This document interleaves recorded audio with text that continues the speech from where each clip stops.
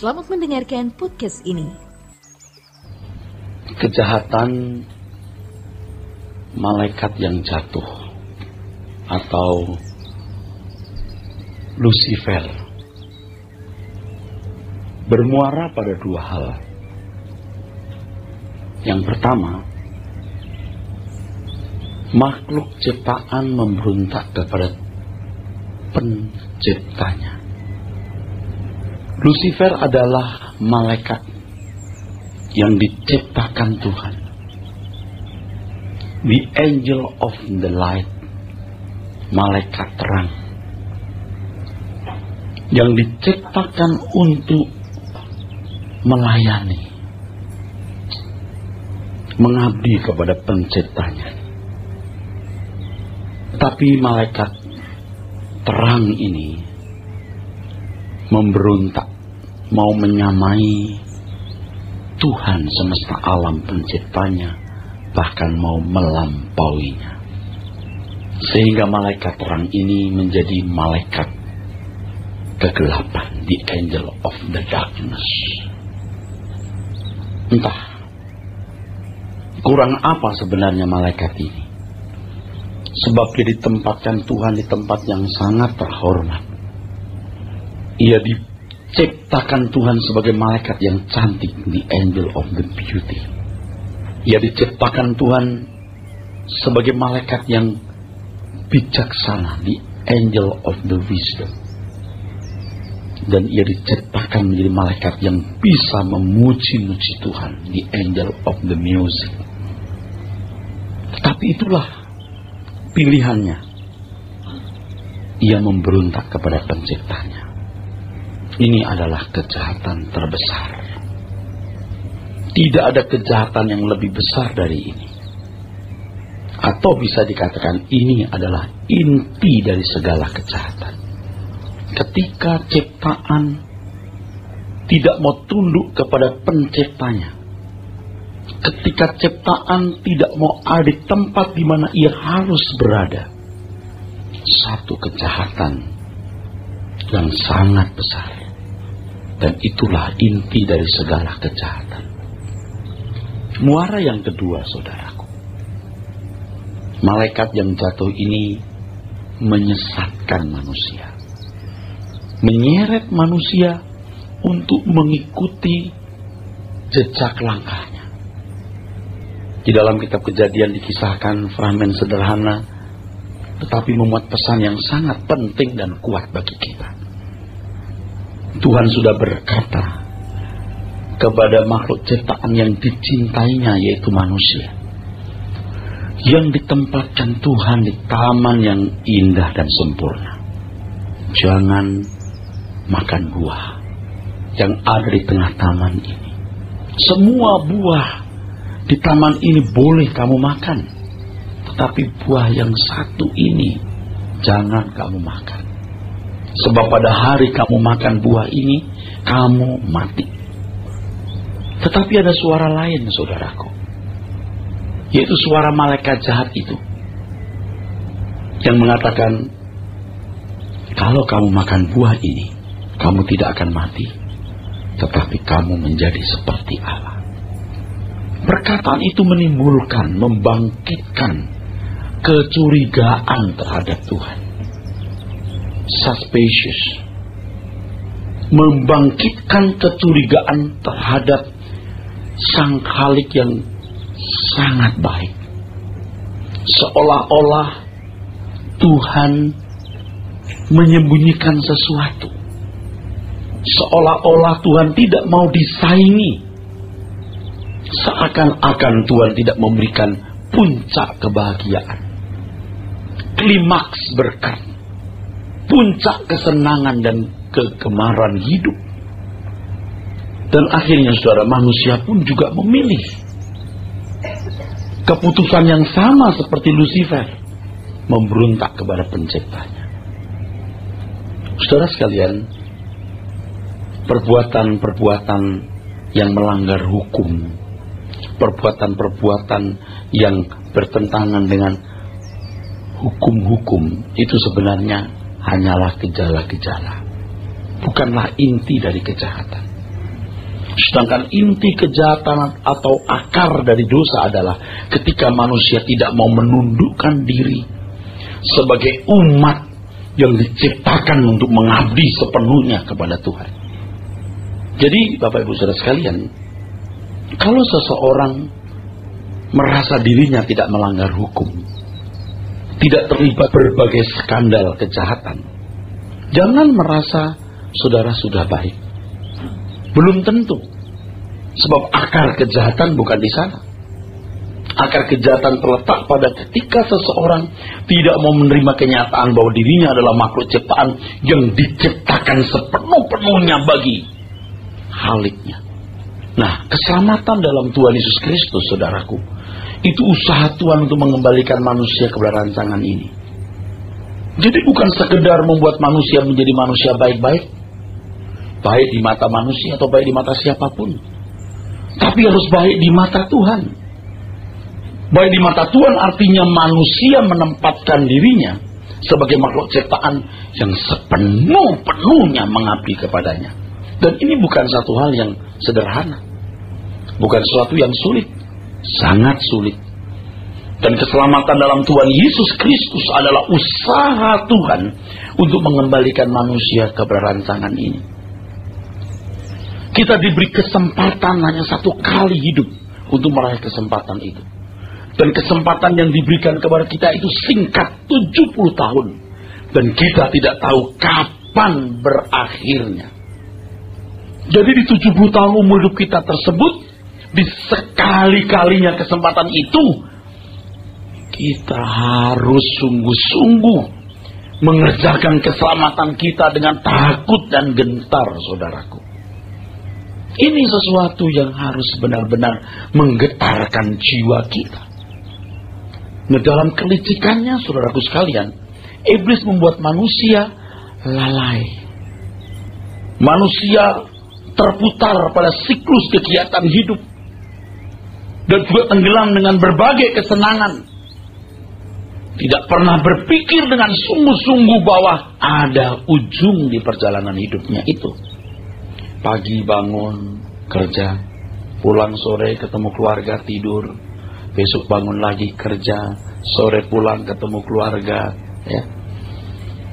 Besok bangun kerja, libur, wisata tur dengan keluarga, 1-2 minggu pulang, kembali ke siklus kehidupan. Demikian pula ibu-ibu yang tidak bekerja di luar, bangun pagi mengerjakan tugas-tugas rumah tangga dengan segala dinamikanya, terus dan tidak waspada bahwa di dalam perjalanan hidup tersebut ada ujungnya. Perhatikan hidup manusia pada umumnya. Dan saya kira sebagian saudara juga hidup dalam kelalaian seperti ini. Yang kedua, iblis selalu menyembunyikan, saudaraku sekalian, ada apa di balik ending hidup manusia. Berusaha untuk menyembunyikan sesuatu di balik ending kehidupan manusia. Sehingga pada kenyataannya akan ada banyak orang ketika jantungnya berhenti berdetak, nadinya berhenti berdenyut, ketika nafas hidupnya berhenti, dan mata jiwanya terbuka dalam keabadian, dia melihat api kekal. Dan yang bersisa hanya ratap tangis dan gertak gigi. Siapa yang mengingatkan hal ini kalau bukan gereja, saudaraku? Dan gereja pun sering ikut menghanyutkan umat dalam celebration, dalam perayaan kebaktian, hanyut dalam liturgi, sehingga seolah-olah semua serba tenang, damai, tidak ada bahaya. Padahal banyak umat yang sebenarnya tidak layak menghadap Tuhan untuk bertemu muka dengan Tuhan. Saya ingatkan hidup ini hanya sekali. Tidak ada inkarnasi. Tidak ada. Seandainya ada inkarnasi, seandainya saudara hidup hari ini, mati, Anda punya kesempatan kedua, belum tentu jadi manusia. Mungkin jadi babi. Mungkin jadi babi. Dimasak babi hong. Jadi babi nakal. akhirnya hidup lagi di kehidupan yang akan datang. Jadi ayam dirica-rica. Jadi ayam pun patok sana patok sini. Akhirnya hidup lagi di dunia, kemudian tidak menjadi ayam lagi, jadi ikan, dipepes. Saudara,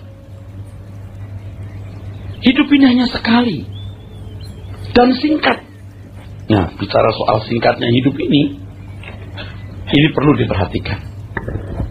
Sebab kalau kita punya waktu hidup 700 tahun, berarti makin banyak itu kesempatan untuk diselamatkan atau dibaharui atau memenuhi panggilan untuk kembali ke rancangan semula. Tapi kalau hanya 70 tahun, itu masalah. Kalau hanya 70 tahun, itu masalah. 0, umur 10, 20, 30, 40, 50, 60, 70 tahun. Saudara, ketika seseorang usia sampai 10 tahun, itu kesempatan untuk dipulihkan berancangan semula bisa 100%. Walaupun angka ini hanya sebuah kerangka, tidak tepat betul, tetapi akan membantu saudara memahami. Ketika umur 10-20 tahun, mungkin kesempatan tinggal 80%. Umur 18 sudah diwarnai oleh banyak pola berpikir yang salah, sudah tidak nurut dan dengar-dengaran. Itu kesempatan untuk dipulihkan seperti gambar Allah semula, udah makin sulit. Umur 20-30 ini bisa lebih kurang lagi, sudah bisa 70%. 30-40 ini bisa tinggal 60 atau 55%. 50 mungkin tinggal 40%, saudara. Umur 50-60 mungkin tinggal 30%. 60-70 mungkin tinggal 10%. 70 ke atas mungkin tinggal 5%. Saudara bisa mengerti maksud saya? Jadi kalau anak-anak tidak sedini mungkin diajar mengenal kebenaran, itu peluang kemudian atau peluangnya berikut lebih kecil. Lebih kecil, saudara. Kalau seandainya, saudaraku sekalian, kesempatannya lebih banyak, 0, 100 tahun ya umur ya, 200, 300, 400, 500, 600, 700, 0 sampai 100 tahun, kesempatan 100%. Umur 100 tahun sampai 200 tahun, kesempatan 8%. Lebih panjang. Tetapi kesempatan kita hanya 70 tahun. Dan kita nggak tahu kapan berakhir. Di angka berapa seseorang berhenti? Ada di angka 70, di angka 66, di angka 67? Bisa. Pulang dari perjalanan, seorang ibu berkata kepada saya ketika di doa pagi, "Pak, terima kasih Bapak telah membesuk suami saya. Suami saya sekarang sudah tidak ada lagi." Oh. Usianya baru sekitar 51 tahun, seumur dengan saya. Jadi baru 2 minggu yang lalu kira-kira. Siapa yang tahu?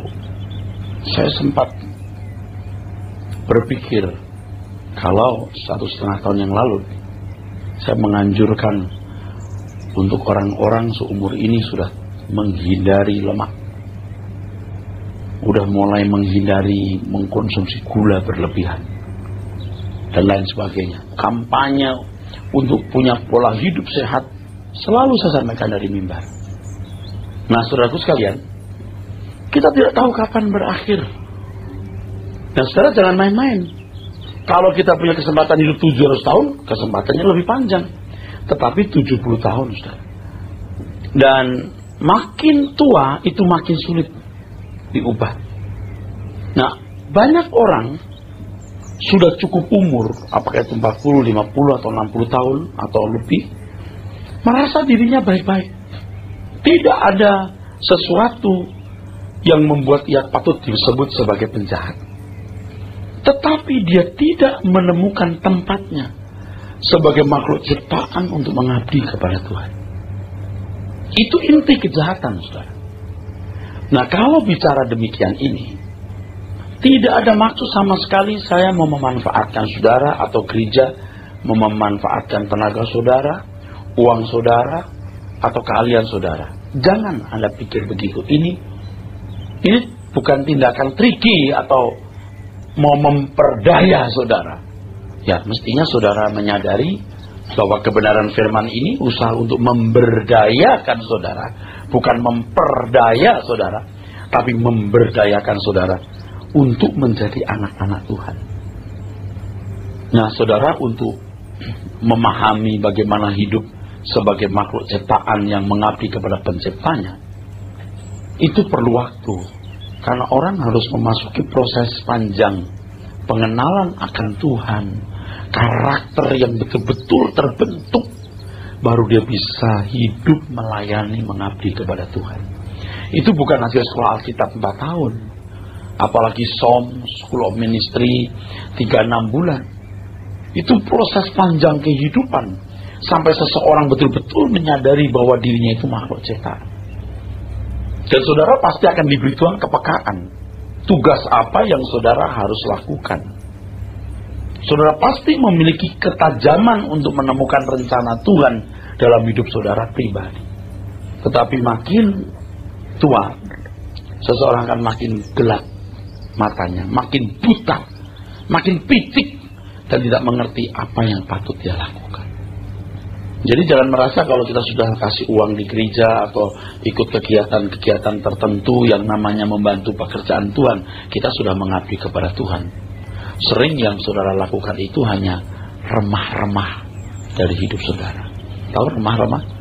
Sepotong kecil cuilan dari roti besar hidup saudara. Saya tidak ada maksud untuk merenggut hidup saudara, uang saudara, tenaga saudara, keahlian saudara untuk pekerjaan gereja. Sama sekali tidak ada maksud itu. Tetapi biarlah setiap kita sungguh-sungguh berurusan dengan Tuhan, meratap di hadapan Tuhan, doa berhari-hari, berjam-jam, berbulan bertahun, sampai yakin benar menghayati dirinya sebagai makhluk ciptaan dan mau mengabdi sepenuhnya kepadanya. Saya sendiri sebagai seorang pendeta harus terus mengoreksi diri. Apakah kegiatan pelayanan yang saya lakukan itu adalah sebuah pengabdian sepenuh bagi Tuhan atau sekedar sebuah profesi? Nah, saudara, rutinitas hidup saudara, siklus kehidupan, kegiatan hidup saudara telah membuat saudara hanyut dan tenggelam, juga dengan berbagai kesenangan. Dari satu kesenangan ke kesenangan berikut, dari satu kegiatan ke kegiatan berikut, dari satu kesenangan ke kesenangan yang lain, dari satu kegiatan ke kegiatan yang lain. Saudara tidak sungguh-sungguh menyediakan waktu untuk bertemu dengan Tuhan, belajar firman, berdiam diri berjam-jam di hadapan Tuhan. Saudara menjadi makin tidak mengerti mengapa diciptakan. Kalau anak-anak kita ya, yang masih muda-muda ya, belum memahami, kita agak bisa mengerti, walaupun sebenarnya tidak bisa ditolerir itu. Anak kita yang muda-muda pun juga harus mulai memahami kebenaran ini. Nah, kalau sudah usia dari 50 tahun dan 50 tahun masih belum memahami, wah ini harus sudah saya beri ini, udah merah itu. Kalau di sini merahnya masih lebih tebal nih. Kadang-kadang sudah usia 40, 50, 60 tahun saja perkataannya tidak menunjukkan orang yang mau melayani orang lain. Soal-soal kecil nyeletuknya itu nyeletuk orang yang tidak dewasa, tidak matang, tidak rela dirugikan, ya, tidak rela diperlakukan tidak adil. Jadi ibarat bola itu bola berduri, gelinding kemana juga melukai orang, gelinding kemana juga ucapannya itu tidak menjadi berkat. Nyeletuk-nyeletuknya itu bukan nyeletuk orang yang membawa keteduhan. Sudah di atas 45 tahun, 50 tahun, nyeletuknya juga bukan nyeletuk benar. Yang begini ini sedih, saudara. Dan biasanya orang-orang seperti ini selalu mencari kesalahan orang. Perhatikan, selalu nyerang. Mestinya kalau anak Tuhan bertumbuh itu, dalam segala aspek nyaris nggak ditemukan salahnya. Dalam segala aspek nyaris nggak ditemukan salahnya. Dipersalahkan bisa, tapi kebenaran akan ditegakkan melalui waktu atau perjalanan waktu. Oke, mari kita lihat Lukas pasal yang ke-10 ayat 21. Lukas pasalnya yang ke-10 ayat 21. Dari ayat 21 dan ayat-ayat berikut, tapi kita mulai dari ayat 21 dulu, saudara. Pada waktu itu juga bergembiralah Yesus dalam Roh Kudus dan berkata, Aku bersyukur kepadamu, Bapa Tuhan langit dan bumi, karena semuanya itu Engkau sembunyikan bagi orang bijak dan orang pandai, tetapi Engkau nyatakan kepada orang kecil. Ya Bapa, itulah yang berkenan kepadamu. Oke, jarang sekali ditulis di dalam Injil Tuhan Yesus bergembira. Kalau sampai tertulis di sini Tuhan Yesus bergembira, ini pasti menunjuk kepada satu situasi yang sangat khusus, situasi yang sangat penting. Kalau ada sesuatu yang bisa menggembirakan hati Tuhan Yesus, ini pasti sesuatu yang sangat istimewa. Apa sebabnya Tuhan Yesus bisa sukacita ini? Apa isi atau konten sukacitanya? Nah, kita bisa membaca kalimat-kalimat berikutnya ini. Engkau sembunyikan bagi orang bijak dan orang pandai, tetapi engkau nyatakan kepada orang kecil. Ada sesuatu yang selama ini tertutup, sesuatu yang selama ini terselubung, tetapi disingkapkan. Nah ini, saudara. Selama ini terselubung, tertutup, disingkapkan. Dan orang kecil yang menerima penyingkapan itu. Orang kecil. Dari pernyataan ini sebenarnya ada satu signal yang jelas agar kita menjadi orang kecil yang menerima pernyataan yang istimewa yang Tuhan Yesus anggap penting itu. Penting itu. Istimewa itu, saudara. Ya. Orang kecil ini dalam bahasa aslinya itu nepios. Nepios. Ini orang yang berpikir sederhana, ya. Orang yang rendah hati, orang yang berpikir sederhana. Nah, kita harus memahami kata nepios ini dengan benar, saudara, ya. Nepios itu bukan orang bodoh. Jangan dipahami sebagai orang bodoh. Orang yang rendah hati, yang berpikir sederhana. Ini orang bijak. Orang yang menjadi smart, yang cerdas. Orang yang dengan rendah hati mau meneliti apa yang Bapak nyatakan di dalam Injilnya. Ya. Apa yang Allah nyatakan dalam Injilnya. Dengan berpikir sederhana. Ini orang-orang yang cerdas. Orang-orang seperti ini, saudaraku. Nih cirinya, saudara. Perhatikan. Makin memahami kebenaran Tuhan. Setelah membaca Alkitab, orang yang diberi Tuhan talenta atau minah, yang mengembangkan diberi lebih banyak, tapi yang tidak mengembangkan apa yang ada padanya diambil. Kalau saya membuat grafik kira-kira, saudara, orang yang mau dengan rendah hati, dengan berpikir sederhana, belajar firman, itu akan makin meningkat, mengerti. Grafiknya itu makin meningkat, tapi orang yang tidak mau itu akan makin turun. Itu makin tua, itu makin bodoh.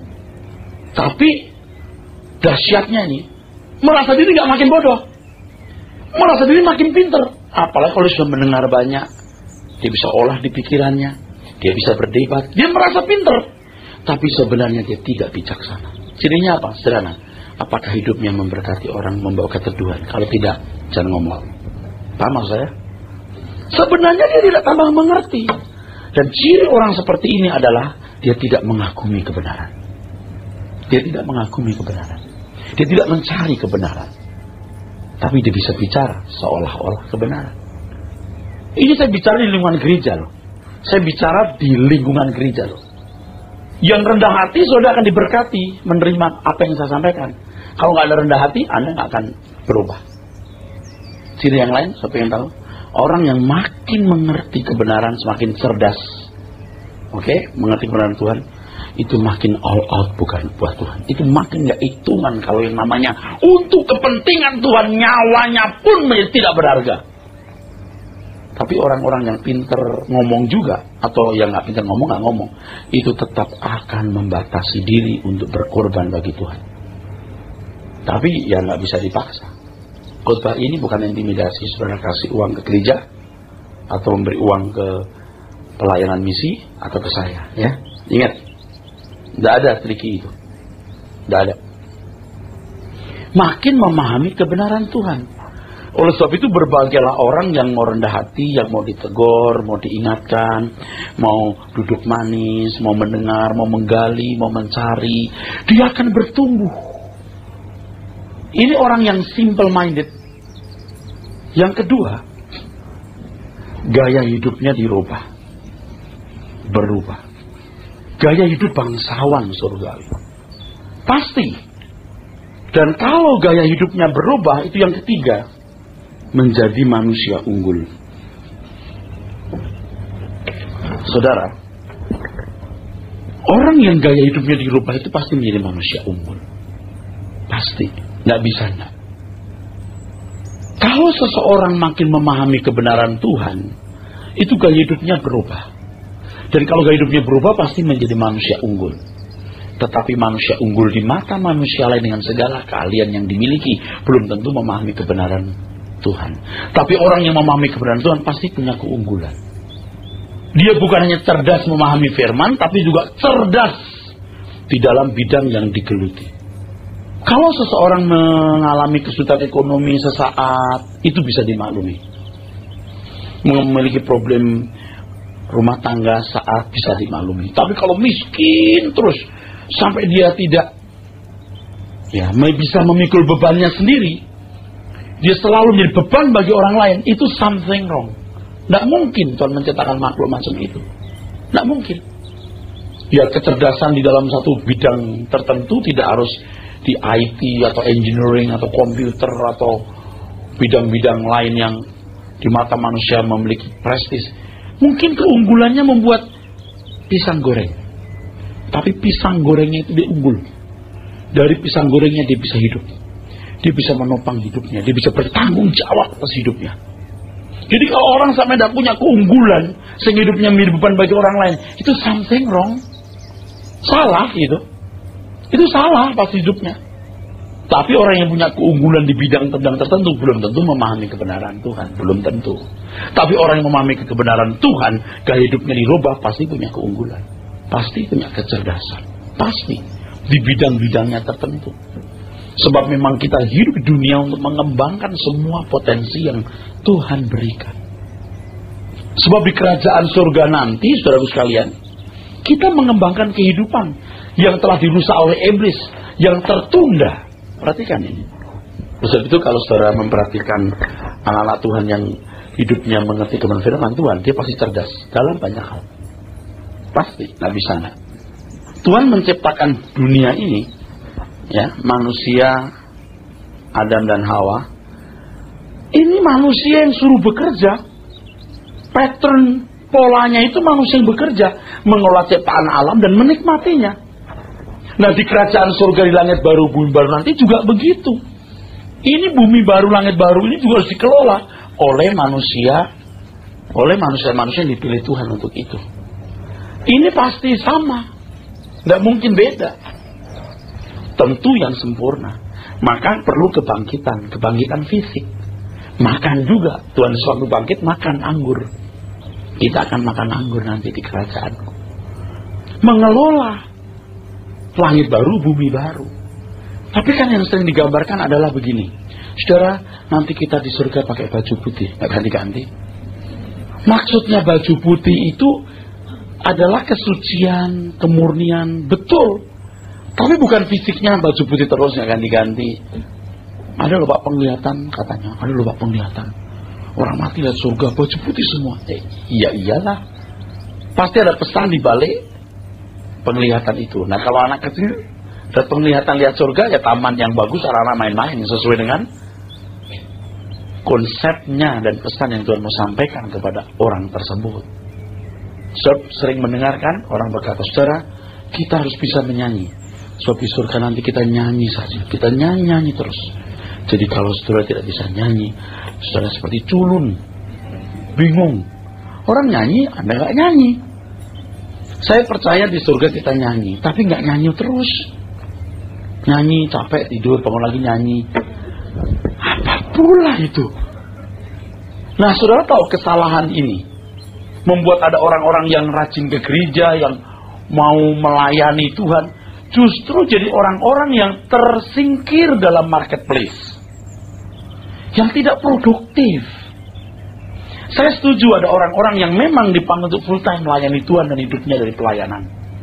Tapi orang seperti itu, kalau betul-betul dipanggil, cirinya ada. Satu, khotbahnya ditunggu orang. Konselingnya menjawab masalah. Doanya pun berkuasa. Dibutuhkan. Tapi kalau tidak, pasti dia ngerepotin orang. Halo? Nyapein orang. Makanya untuk hamba-hamba Tuhan, untuk para full timer yang mendengar kebenaran ini, harus berusaha untuk menemukan kualitas pelayanan yang tinggi, high quality, yang betul-betul ditunggu, saudara.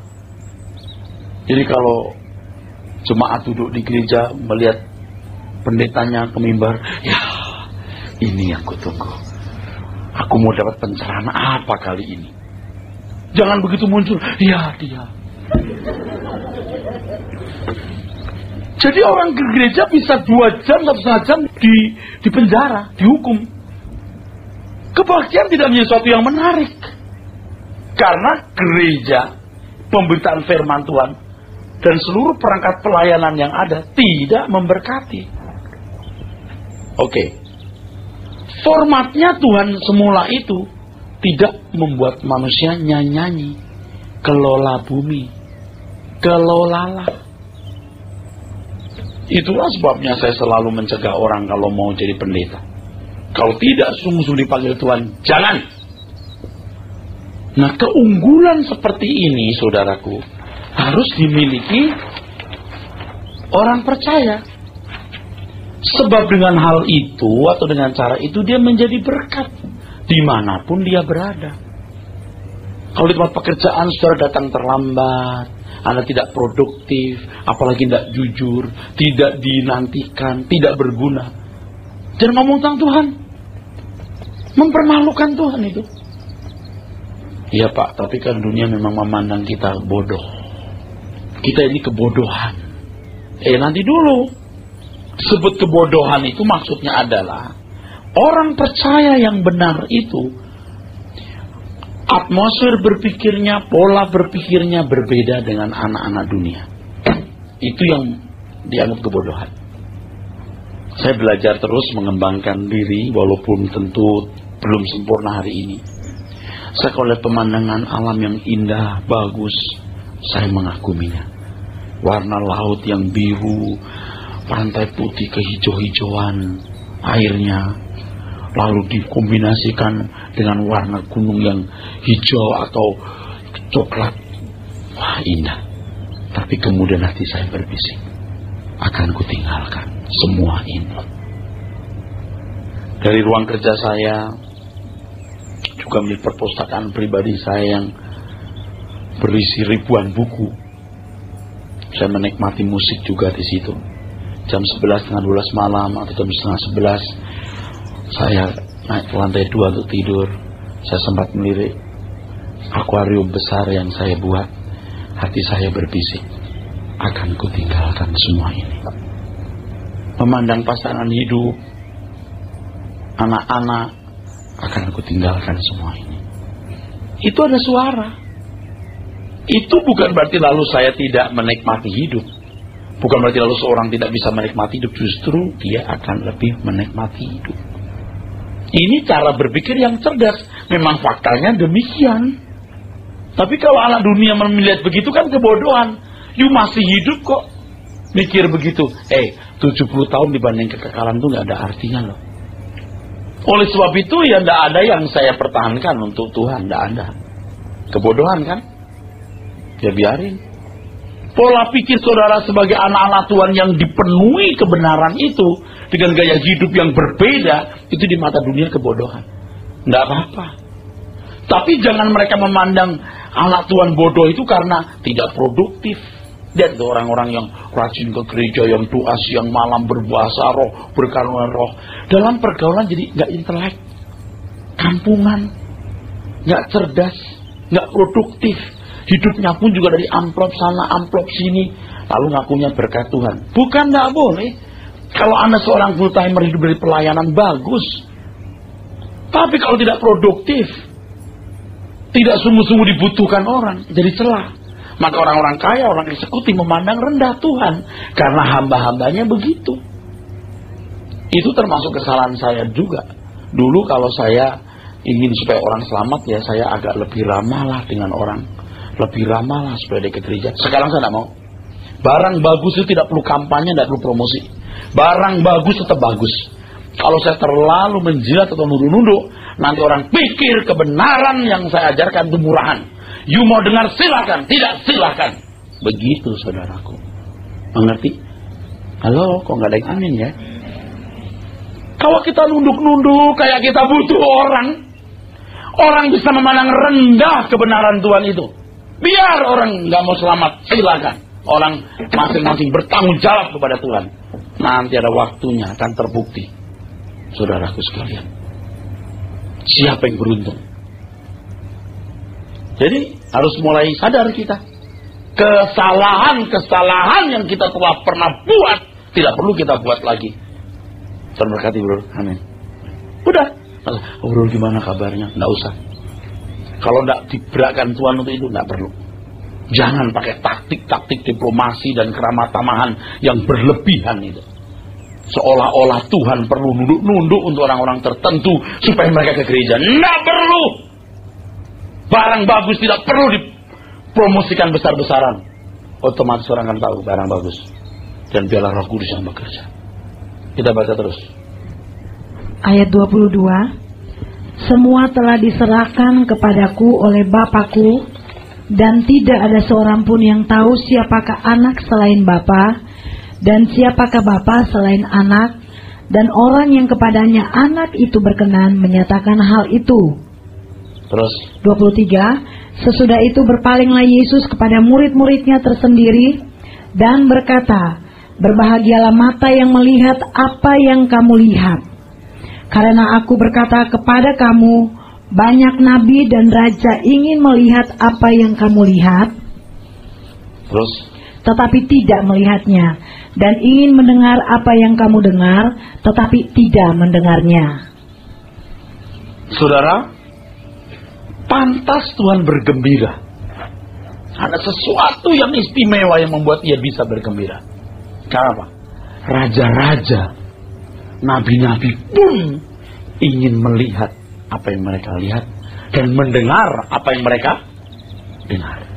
Apa itu? Apa itu?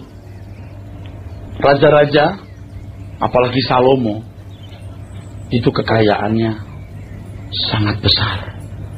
Justru orang Kristen awal abad-abad mula-mula, sejak Tuhan Yesus naik ke surga tahun 30 sampai tahun 380 Masehi, selama 350 tahun mereka hidup dalam penderitaan tanpa kekayaan harta materi.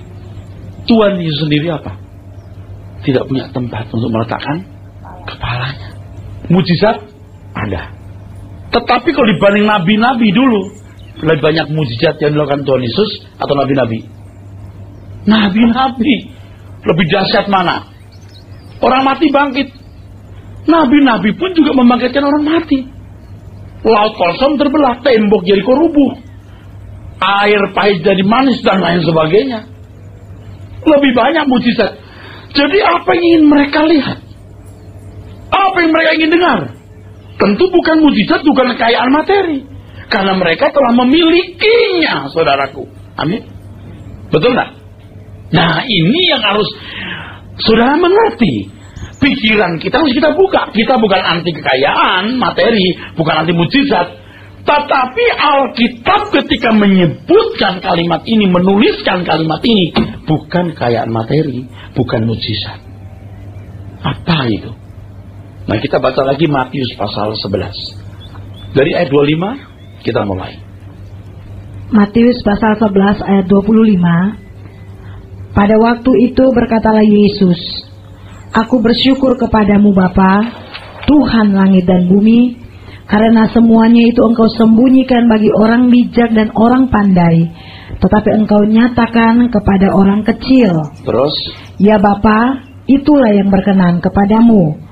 Semua telah diserahkan kepadaku oleh Bapakku, dan tidak seorang pun mengenal anak selain Bapa, dan tidak seorang pun mengenal Bapa selain anak, dan orang yang kepadanya anak itu berkenan menyatakannya. Saudara, Lukas pasal 10 ayat 21 tadi, dan Matius pasal 10 ayat 25, Matius 11 ayat 25, sama isinya, betul? Tetapi kalau kita melihat Lukas pasal 10 ayat 21-22, maaf, ini kan sama. Ayat 23-nya, Tuhan melanjutkan dengan kalimat, berbahagialah mata yang melihat apa yang kamu lihat. Karena aku berkata kepadamu, banyak nabi dan raja ingin melihat apa yang kamu lihat, tetapi tidak melihatnya. Dan ingin mendengar apa yang kamu dengar, tapi tidak mendengarnya. Tetapi di Injil Matius ayat 28, Tuhan tidak mengucapkan kalimat itu, tapi yang diucapkan kalimat ini. Baca. Marilah kepadaku semua yang letih lesu dan berbeban berat, aku akan memberi kelegaan kepadamu. Tuhan bicara soal kelegaan. Ini loh yang dicari raja-raja nabi-nabi dulu. Bukan kekayaan berlimpah seperti yang Salomo dan raja-raja miliki. Ini loh kelegaan ini. Nah, kelegaan macam apa ini? Pasti bukan pada pemenuhan kebutuhan jasmani, tetapi Injil. Injil. Ini yang dinyatakan Bapa melalui mulut Tuhan Yesus Kristus. Itulah sebabnya orang harus mendulang emas kebenaran dari Injil. Betul ya? Mendulang kekayaan Injil. Harus mendulang kekayaan Injil sampai orang mengerti. Dari mengerti itu dia makin mengerti kehendak Tuhan. Gaya hidupnya dirubah. Di bumi punya keunggulan, dan di surga pun diterima dan menjadi kekasih-kasih Tuhan di keabadian. Dengan Injil ini orang dibawa kembali kepada maksud Tuhan menciptakan manusia. Dengan Injil ini mata orang tercelik bagaimana menjadi manusia yang tidak berduri, kemanapun dia mendatangkan keteduhan dan ditunggu dinantikan orang. Itulah sebabnya Tuhan berkata, kamu terang dunia.